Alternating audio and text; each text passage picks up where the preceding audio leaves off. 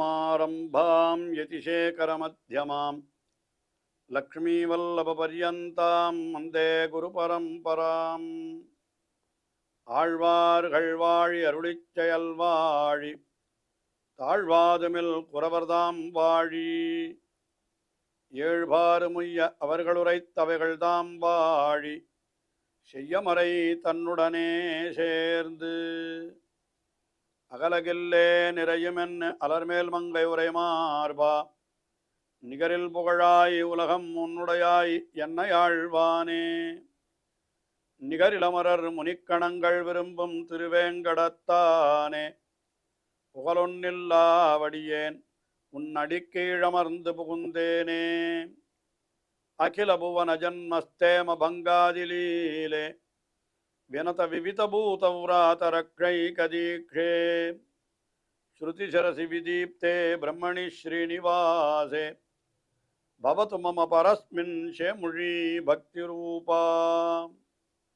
ஸ்ரீமான் வெங்கடநாதார்ய கவிதார்க்கிககேசரி வேதாந்தாச்சார்யவர்யோ மே சந்நிதத்தாம் சதாஹிருதி.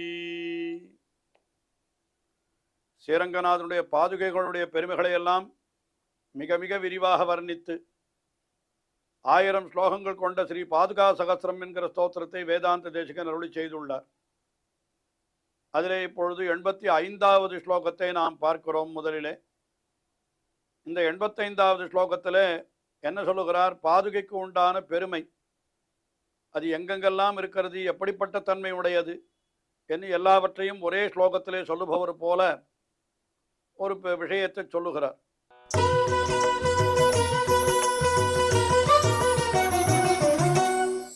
பூமிஹி ஸ்ருதீனாம் புவனஸ்ய தாத்ரி குணைரனந்தா விபுலா விபூத்யா ஸ்திராஸ்வயம் பாலயித்தும் க்ஷமானஹ சர்வம் சஹா ஷௌரிபதாவனித்வம். ஷௌரிபதாவனி என்னால் பெருமாளுடைய திருவடிகளை காப்பாற்றுகிறவள். ஷௌரி எம்பெருமான், பதம் அது அவனி என்னால் காப்பாற்றுபவள். ஆஹா, எம்பெருமானுடைய திருவடிகளை காப்பாற்றுபவள். உலகத்தை எல்லாம் காப்பாற்றுறான் எம்பெருமான். எம்பெருமானுடைய திருவடி பலத்தால்தான் உலகம் எல்லாம் காக்கப்படுகிறதுன்னு சொல்றோம். அந்த திருவடியே காப்பவளார் என்னால் இந்த பாதுகை தான். ஆஹா, அவள் எப்படிப்பட்டவள்? ஷௌரி பதாவனி. அப்படிப்பட்ட நீ துவம் எப்படி இருக்கிறாய் என்று கேட்டால், ஸ்ருதி நாம் பூமி, வேதங்களுக்கு இருப்பிடமாயிருக்கிறாய், அல்லது வேதங்களை நீ இருப்பிடமாக கொண்டிருக்கிறாய். வேதங்கள், அதாவது வேதங்களிலே பாதுகை சொல்லப்படுகிறது, அதனால வேதங்களை தனக்கு இருப்பிடமாக கொண்டிருக்கிறதுன்னு சொல்லலாம். அல்லது வேதங்கள் எல்லாம் எங்கே இருக்கிறதுன்னு கேட்டா எம்பெருமானுடைய திருவடிவாரத்துல தான் இருக்கிறது. அதனால வேதங்களுக்கு இவள் இருப்பிடமாய், அந்த பாதுகை தான் இருப்பிடமாய் இருக்கிறாள் என்று அப்படி அர்த்தம் சொன்னார். அதற்கு அடுத்தபடியாக புவனஸ்ய தாத்ரி, புவனம் இருக்கிறதே அதையும் கூட இந்த உலகங்களை எல்லாம் காப்பவளாய் இருக்கிறாள் அந்த பாதுகை என்கிறவள். மேலே குணைஹி அனந்தா, தன்னுடைய குணங்களாலே எண்ணிக்கை அல்ல எல்லையில்லாதவளாய் இருக்கிறாள். எல்லையில்லாத குணங்களை உடையவளாய் இருக்கிறாள் இந்த பாதுகைக்கு. இதெல்லாம் பெருமை. அப்புறம் விபுலா விபூத்யா, விபூதி என்னால் அதனுடைய ஐஸ்வர்யம், அதனுடைய செல்வம். அது எப்படிப்பட்டது? விபுலா, மிகவும் பரந்திருக்கிறது. அதாவது பாதுகையினுடைய ஐஸ்வர்யம் என்கிறது பரந்திருக்கிறதுன்னா என்ன அர்த்தம்? எம்பெருமானுடைய ஐஸ்வர்யம் அத்தனையும் பாதுகையுடையது தானே. அப்போ உலகம் அனைத்தும் எம்பெருமானுக்கு உடைமை என்னால் பாதுகைக்கும் அத்தனை உலகங்களும் உடைமை என்று. அதனால விபுலா விபூத்யா, உன்னுடைய செல்வத்தாலே நீ மிகவும் பெரியவளாய் இருக்கிறாள் என்று அதை சொன்னார்.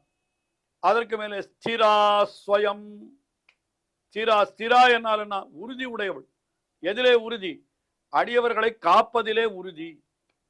அடியவர்களை ஒருபோதும் கைவிட மாட்டேன் என்ற அந்த உறுதி. ஆண்டாள் திருப்பாவையிலே அருளி செய்தாள் அல்லவா, ஊற்றமுடையாய் என்று எம்பெருமானை பார்த்து சொன்னாள். ஊற்றமுடையாய் என்னால் என்ன? ஊற்றம், உறுதி. அடியவர்களை என்ன சொல்கிறார்? எப்படிப்பட்ட மித்திரபாவேன சம்பிராப்தம் நத்யஜேயன் கதஞ்சனா தோஷோ யத்யபி தஸ்ய ஸ்யாத். அவனிடத்துல தோஷமே இருந்தாலும் நத்யஜேயம், நான் கைவிட மாட்டேன். ஏதத் விரதம், இது என்னுடைய விரதம், உறுதி என்று அவன் சொல்லுகிறான். அதனால எம்பெருமானே எப்படி சொல்றான்னா அவனுடைய பாதுகை எப்படி இருக்கும்? அதனால ஸ்திரா, மிகவும் உறுதியுடையவள் என்ன அந்த அர்த்தத்தை சொன்னான். அதற்கு மேலே ஸ்வயம் பாலயித்தும் நகா க்ஷமா, நகா பாலயித்தும் ஸ்வயம் க்ஷமா, நம்ம எல்லாம் ரட்சிப்பதிலே நல்ல சக்தி உடையவள். நம்ம எல்லாம் ரட்சிக்கிறதுன்னா அதுக்கு சொல்றாரு பாருங்க, அவள் வேதங்களிலே சொல்லப்பட்ட பெருமை உடையவள், உலகத்தை எல்லாம் ரட்சிப்பவள், எண்ணிக்கை இல்லாத குணங்களை உடையவள், அளவற்ற செல்வத்தை உடையவள். ஏன்னா எல்லாரையும் ரட்சிக்கணும்னா அளவற்ற செல்வம் வேணும், எல்லாம் இருக்கு அவளுக்கு. ஆனால் கிட்டக்க போனால் காப்பாத்துறேன்னு சொல்லுவள், அப்புறம் நழுவிடு போலன்னு கேட்டா. ஸ்திரா, சொன்ன வார்த்தையில உறுதி உடையவள். எதிலே உறுதி? நகாபாலயித்தும் க்ஷமா, நம்மை காப்பாதில்லை அவளுக்கு நல்ல பொறுமை அந்த உடையவள், சக்தி உடையவள் என்று சொன்னார். ஆனாலும் கூட நாம் ரொம்ப பாபங்களை பண்ணி இருக்கிறோமே. நம்மிடத்தில் இருக்கிற பாபங்களுக்கு எப்படி கீழே ஒரு ஸ்லோகத்தில் சொன்னாரே, அவளுடைய பெருமையை எப்படி எல்லை காண முடியாதோ அதுபோல என்னுடைய பாப்பத்தையும் எல்லை காண முடியாதுன்னு சொன்னாரே அப்படின்னு சொன்னான். உடனே அடுத்து அங்கேயே அந்த ஸ்லோகத்திலேயே சொல்லியிருக்கார் அல்லவா, அப்படிப்பட்ட பாக்கத்தை அவளே போக்கடித்து விடுகிறாள்ன்னு. அதுதான் இங்க என்ன சொல்றார், சர்வம் சஹா. சர்வம் சஹா என்னால் என்ன அர்த்தம்? எல்லா பாபங்களையும் பொறுத்து கொள்ளுபவள், எவ்வளவு பண்ணினாலும் அதை பொறுத்து கொள்ளுபவள் தாயார். லோகத்துல கூட தாய் என்கிறவளுக்கு சொல்றா, எவ்வளவு பாபம் பண்ணினாலும் பொறுத்து கொள்ளுவள். சொல்ற சின்ன குழந்தை இருக்கிறது சொல்லுவாளாம். இதெல்லாம் வியாக்கியானங்களிலே எடுத்து காட்டக்கூடிய அம்சம்தான். தாய்க்கு தன்னுடைய குழந்தைக்கு பால் கொடுக்கிறாளாம், முளைப்பால் கொடுக்கிறாள் குழந்தைக்கு. அந்த குழந்தை அவளுடைய ஸ்தனத்தை கடித்து விடுகிறது என்னால் அதற்காக தாயார் பால் கொடுக்காமல் போய் விடுவாளா? கடித்தாலும் பரவாயில்லை என்று அதுக்கு குழந்தைக்கு பால் கொடுக்கிறாளே தாயார். அதுபோல நம்மிடத்திலே பாபங்கள் இருந்தாலும் கூட அந்த பாபத்தை அவள் பொருட்படுத்துவதே இல்லை. சர்வம் சஹா. யாரு?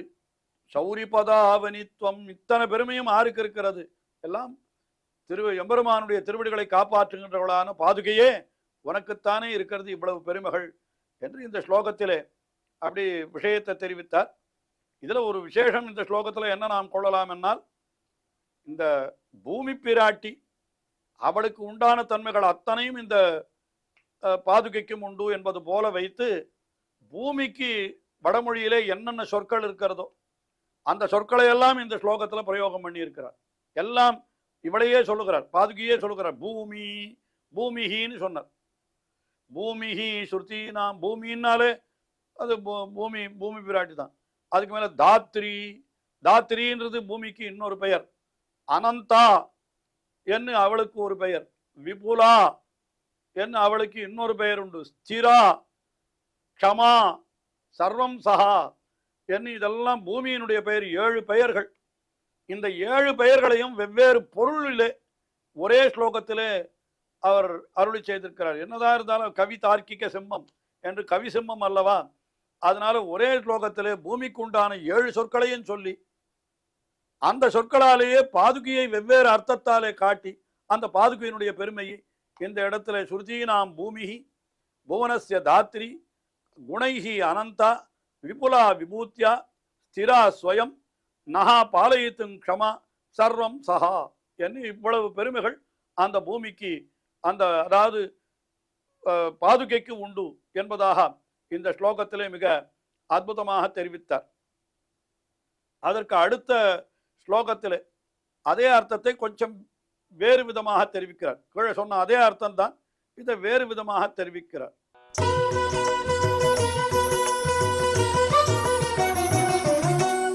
தைரியம் குலக்ஷோணி பிருதாம் விதத்சே சேஷாதயஸ்துவாம் சிரசா வஹந்தி பதப்பிரசூதா பரமஸ்ய பும்சஹ பிருத்வி மகிம்னா மணிபாதுகே துவம். கீழ் ஸ்லோகத்திலே ஸ்திரா என்று சொன்னார் இல்லையா, இப்ப ஸ்தைரியம் அந்த உறுதி. அது எப்படி ராஜாக்களுக்கு உறுதியை கொடுக்கிறவள் இவள் தான் சொல்றார். மணிபாதுகே துவாம் குலக்ஷோணிபிருதாம் ஸ்தைரியம் விதத்சே. குலக்ஷோணிபிருதாம் நல்ல குலத்திலே பிறந்த நல்ல ராஜாக்கள். அதாவது ராஜாக்களுக்கு நிலையாயிருக்கிறத கொடுக்கிறாள்னு எதுக்காக சொல்லணும் என்று கேட்டால், இவள் யார்? உலகத்தை எல்லாம் காப்பவள்னு சொன்னார். கீழ் ஸ்லோகத்திலேயே நமக்கு பார்த்தால் என்ன சொல்லி இருக்கிறார்? அவள் என்ன சொன்னார்? புவனஸ்ய தாத்திரின்னு சொல்லியிருக்கார். புவனஸ்ய தாத்திரின்னா உலகத்தை காப்பாற்றுபவள் என்று அவளுக்கு அந்த பெருமையை சொன்னார். இந்த அரசர்கள் என்ன பண்ணுகிறார்கள் என்னால் அதே காரியத்தை தான் அவர்களும் பண்ணுகிறார்கள். அவர்கள் தங்கள் பகுதிக்கு உட்பட்ட ராஜ்யத்தை காப்பாற்றுகிறார்கள். ராஜாக்களுக்கும் பகவானுக்குமே இந்த ஒத்துமை உண்டு. எப்படி பகவான் என்கிறவன் காக்கும் கடவுள் என்று சொல்லுகிறோமோ, அதுபோல ராஜாக்கள் பகவான் என்ன பண்றான்? உலகனைத்தையும் காக்கிறான், அத்தனை ஜீவராசிகளையும் காப்பாத்துறான். ஆனால் இந்த ராஜாக்கள் என்பவர்கள் என்ன பண்றான்? ஏதோ ஒரு சின்ன பிரதேசத்திற்கு அதிபதியாக இருந்தாலும் தங்களுடைய பிரதேசத்தில் இருப்பவர்களை எல்லாம் காக்கின்றார்கள். அதனால்தான் அவர்களுக்கு நிருபதிஹி என்று பெயர். நிருபத்தின்னா என்ன அர்த்தம்? நிரும் பாலயதி. நிருன் பாலயத்தின்னு ஜனங்களை காப்பாற்றுகிறான். நரபதிஹி என்னெல்லாம் அவனுக்கு பெயர் உண்டு. ஆக இந்த காத்தல் என்கிற காரியத்தை இவனும் செய்கிறான், பகவானும் செய்கிறான். அவனும் செய்கிறான் இவனும் செய்கிறான்னு சமமா சொல்லாமான்னு நீங்கள் கேட்கக்கூடாது. அந்த காத்தல் என்கிற செயலுக்கு மட்டும் அங்கே நாம் ஒற்றுமை சொல்லுகிறோமே தவிர, அவன் காப்பதற்கும் இவர்கள் காப்பதற்கும் எவ்வளவு வித்தியாசம் இருக்கிறது, அது வேறு விஷயம். ஆனால் அவர் அந்த காரியத்தை செய்கிறார். காத்தல். அதனால்தான் நம்மாழ்வார் கூட என்ன பண்ணினார்? எம்பெருமானை போன்ற வஸ்துக்களை எல்லாம் கண்டு அந்த போலிகளை கண்டு எம்பெருமானாகவே நினைத்தார் என்று சொல்லுகிற பொழுது, மேகத்தை பார்க்கிற பொழுது மேகம் எம்பெருமான் என்று நினைத்து ஓடினார் என்று இப்படி எல்லாம் சொல்லிக்கொண்டு வருகிற பொழுது ஒரு பாசுரத்தில் என்ன அருளி செய்கிறார்? திருவுடை மன்னரை காணில் திருமாலை கண்டேனே என்னும் என்று நம்மாழ்வார் அருளி செய்தார். என்ன அர்த்தம்? இங்க திருவுடை மன்னர் என ராஜாக்களை பார்த்தா திருமாலை கண்டேன்னு சொன்னார். என்ன காரணம்? திருமாலும் காத்தல் தொழில் செய்பவன், இவனும் காத்தல் தொழில் செய்பவன், இந்த அரசனும் காத்தல் தொழில் செய்பவன். அதனால ராஜாக்களை பார்த்தா பகவானையே பார்த்துதான் நினைக்கிறார் என்று அங்கே அர்த்தங்கள்லாம் வேறு விதமாக நிறைய காட்டப்பட்டிருக்கிறது.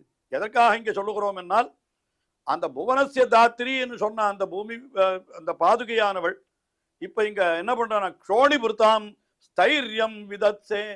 இந்த ராஜாக்களுக்கு நிலையாயிருக்கிற தன்மை, உறுதியாயிருக்கிற தன்மையை நீதான் கொடுக்கிறாயின்னு சொன்னார். அப்ப என்ன காரணம்? தான் காப்பாற்றுகிற தன்மையை உடையவள் ஆகையினாலே காப்பாற்றுகிற தன்மையை உடைய ராஜாக்களுக்கு அவள் உறுதியை கொடுக்கிறாள் என்று அந்த அர்த்தத்துக்காக இது சொல்லப்பட்டதாக நாம் கொள்ளலாம். அதுக்கு மேலே சேஷாதயா துவாம் சிரசா வகந்தி. ஆதிசேஷன் முதலானவர்கள் எல்லாம் இது கீழ் ஸ்லோகத்திலேயே சொல்லப்பட்ட விஷயம்தான். சிரசா வகந்தி, தன்னுடைய தலையாலே உன்னை தரிக்கிறார்கள் என்று சொல்றார். இப்படியெல்லாம் இவள் செய்யும்படியாக யார் பண்ணினார்கள்? இந்த உலகத்தை காப்பாற்றுகின்ற ராஜ்யத்தை காப்பாற்றுகின்ற ராஜாக்களுக்கு உறுதியை கொடுத்தல், ஆதிசேஷனுடைய தலையிலே இருத்தல், இதெல்லாம் எதற்காக என்று கேட்டால், ஏன் பண்ணுகிறாள் என்று கேட்டால், பரப்சபும்சா பதப்பிரசூதா. இதெல்லாம் என்னன்னா, பரஸ்ய பும்சா, அந்த பரமபுருஷனான எம்பெருமான் இருக்கிறானே அவனுடைய திருவடியினாலே இவள் இப்படியெல்லாம் செய்ய வேண்டும் என்று ஏவப்பட்டிருக்கிறாள். அந்த எம்பெருமான் இப்படியெல்லாம் இவளை செய்யும்படி இவளுக்கு நியமனம் சாதித்திருக்கிறான். அதனால்தான் இவள் அந்த காரியத்தை இவள் செய்கிறாள்.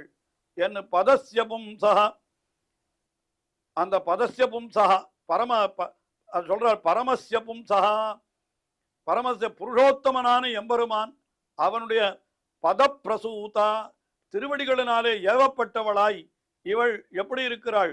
மகிம்னா, மிகவும் பெருமை உடையவளாய் இருக்கிறாள். அப்படிப்பட்ட திருவடி, அதாவது அப்படிப்பட்ட பாதுகை என்ன, அந்த பாதுகையினுடைய பிரபாவத்தை இந்த ஸ்லோகத்திலே கொண்டாடுகிறார். இந்த ஸ்லோகத்திலேயும் கூட ஒரு கவி சாமர்த்தியம் என்னன்னு கேட்டா, இது இங்க ஸ்லோகத்துல சொன்னது அத்தனையும் பூமிக்கு பொருந்துகிறது. பூமிக்கு, பிருத்திவின்னு பூமிக்கு பொருந்துறது. அதே சமயத்துல ஸ்தைரியம், அந்த பூமி உறுதியானது. அது குலக்ஷோணிபுர்தாம் என்று சொன்னால் நிறைய மலைகளை தனக்கு ஆணியாக அந்த உடையது என்ன, இப்படியெல்லாம் என்னென்ன உண்டோ அந்த மலைக்கு அதெல்லாம் இங்கே இந்த பாதுகைக்கும் சொல்லப்பட்டிருக்கிறது இந்த ஸ்லோகத்திலே என்று இப்படியெல்லாம் நாம் கொள்ளலாம். ஆக இப்படியாக பாதுகையினுடைய பெருமையை இன்னும் தொடர்ந்து வர்ணிக்கிறார் வேதாந்த தேசிகன். நாமும் தொடர்ந்து அனுபவிப்போம். ஸ்ரீயக்காந்தாய கல்யாண நிதயேர்த்தினாம் ஸ்ரீவேங்கட நிவாசாய ஸ்ரீனிவாசாய மங்களம். ஸ்ரீமத் சுந்தர ஜாமா திருமுனிமான் சவாசினே சர்வலோக நிவாசாய ஸ்ரீனிவாசாய மங்களம்.